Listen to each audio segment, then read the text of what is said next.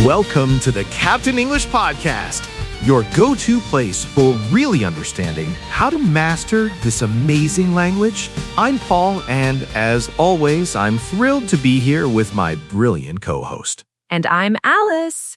Thanks, Paul. It's always a pleasure. You know, we love digging into the nitty-gritty of language learning here, helping you all navigate those tricky parts of becoming truly confident English speakers. Absolutely. And today, Alice, we're tackling a topic that I know so many of our listeners resonate with because we get messages about it all the time. It's that really common, sometimes frustrating, experience where you can understand almost everything someone says in English. You can read articles, watch movies without subtitles, but when it comes to actually speaking it in real time in a conversation, your mind just goes blank. You know what I'm talking about, right? Oh, absolutely, Paul. It's like you have this huge library of English inside your head full of words and grammar rules, but when you try to open your mouth, the librarian is on a coffee break. The words just don't come out. It's a very real challenge, and it makes people feel like something is wrong with them or that they're just not good at English, even if their understanding is excellent. Exactly. And I want to tell everyone listening right now, there is nothing wrong with you. This is a very normal part of the language learning journey. It's actually a sign that you're making fantastic progress in one area, but maybe need to focus a little more on another. So let's break down why this happens. Why can we understand but not use it spontaneously? That's a great starting point, Paul. I think one of the biggest reasons, the foundational one, is the difference between what we call passive knowledge and active knowledge. Think about it like this. When you're listening or reading, your brain is receiving information. You see a word, and you just need to recognize what it means. You hear a sentence, and you process its meaning. This is passive. Right, it's like someone showing you a picture of a cat, and you say, "Oh, that's a cat." You don't have to draw the cat yourself, you just have to identify it. Exactly. Now compare that to active knowledge. When you're speaking or writing, you have to produce that language. You don't just recognize cat. You have to find the word cat in your brain, then think of the right grammar to put it in a sentence, then formulate the entire sentence, and finally pronounce the words clearly. It's a much more complex process, almost like having to draw that cat from memory perfectly in front of an audience. That's a brilliant analogy, Alice. It highlights how many more steps are involved in speaking. So a word might be in your passive vocabulary, you understand it when you hear it, but it might not be in your active vocabulary, the words you can pull out quickly and use in a sentence. Precisely. And our passive vocabulary is always much, much larger than our active vocabulary, not just in a second language, but even in our native language. Think about how many words you understand when reading a complex novel versus how many you actually use in your daily conversations. There's a big difference. That's a great point. So it's not just about knowing a word, but knowing how to use it. What else contributes to this delay, Alice? What happens when our brain tries to switch from understanding to producing? Well, that brings us to the concept of processing speed. When you're listening, your brain is working in one direction, input. It decodes sounds and structures to get meaning. But when you're speaking, your brain has to do several things at once and really quickly. It has to 1. Understand what the other person said, 2. Think of your own idea or response, 3. Translate that idea into English words, 4. Arrange those words into a grammatically correct sentence, and 5. Physically articulate those sounds. All this happens in a fraction of a second in a fluent speaker. But for a learner, each step takes time. Wow, when you lay it out like that, it sounds like a lot of work for the brain. It's like trying to juggle 5 balls at once when you're used to just catching one. So that mental effort, that delay, can make us feel stuck. Exactly. And this is where another huge factor comes in, one that's less about pure linguistics and more about psychology, the fear of making mistakes. When you're speaking, especially in real time, there's this pressure to be perfect, or at least to not sound silly. This fear can create a mental block that completely paralyzes you. Oh, the dreaded fear of making mistakes. It's such a common one, isn't it? I've seen so many students who know the answer, they know the word, but they hesitate, they overthink, and then the moment passes, or they just shut down completely.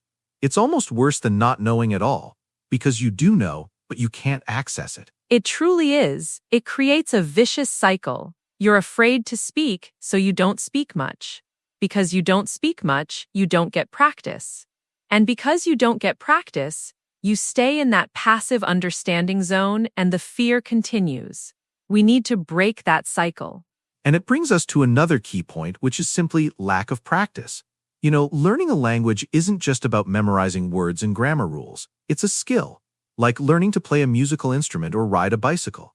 You can read all the books about playing guitar, you can listen to all the music, but until you actually pick up a guitar and start strumming, you won't learn to play it. That's such a perfect analogy, Paul.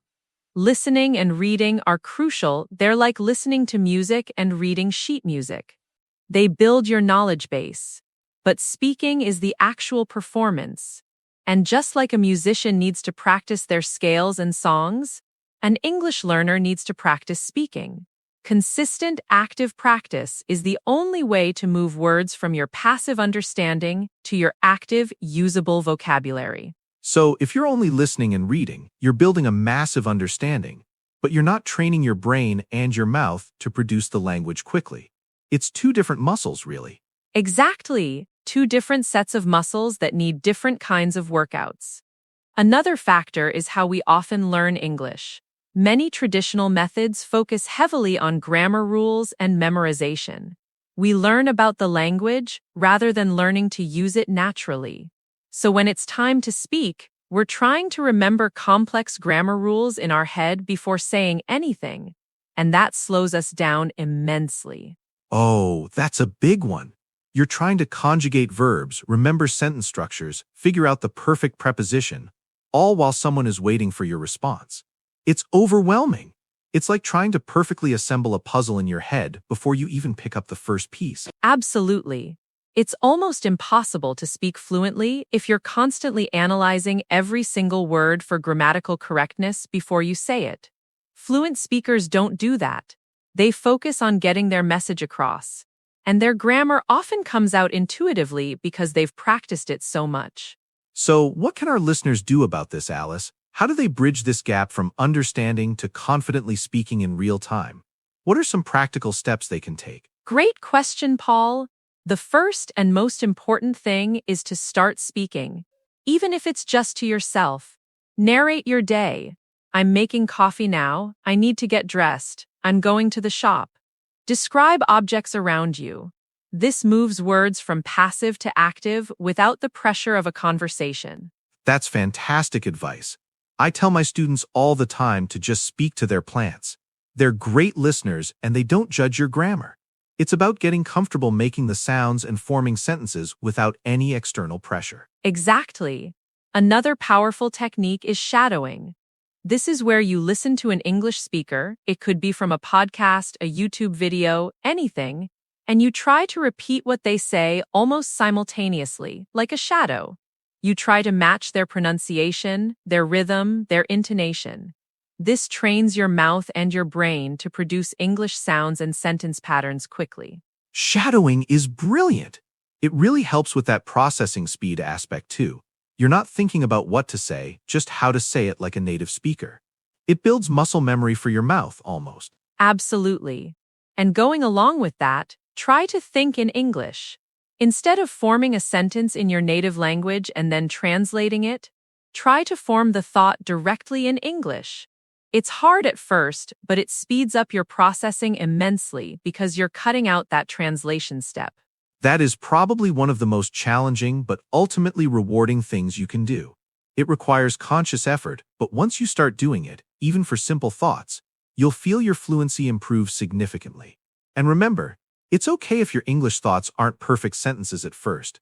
Just let the ideas flow. Precisely. And to address the fear of making mistakes, you have to actively work on changing your mindset. Understand that mistakes are not failures, they are absolutely essential parts of learning. Every single native English speaker made countless mistakes when they were learning as children. It's how we learn. So embrace them. Focus on communication, not perfection. That's crucial, Alice. If you wait until you're perfect to speak, you'll never speak. Your goal should be to get your message across. If someone understands you, even if your grammar wasn't flawless, you've succeeded. The fluency will come with practice, and the perfection will follow much, much later, if at all. Even native speakers make mistakes. Exactly. And actively seek out opportunities to speak. Find a language exchange partner, join an online conversation group, or even just ask questions in English to customer service if you have the chance. The more you put yourself in situations where you have to speak, the faster you'll improve. And remember those specific words you understand passively but never use? Make a conscious effort to use them. Pick 3 new words you hear today and try to create 3 sentences with each of them, out loud, to yourself. Write them down, say them. Force them into your active vocabulary. Such great advice, Paul.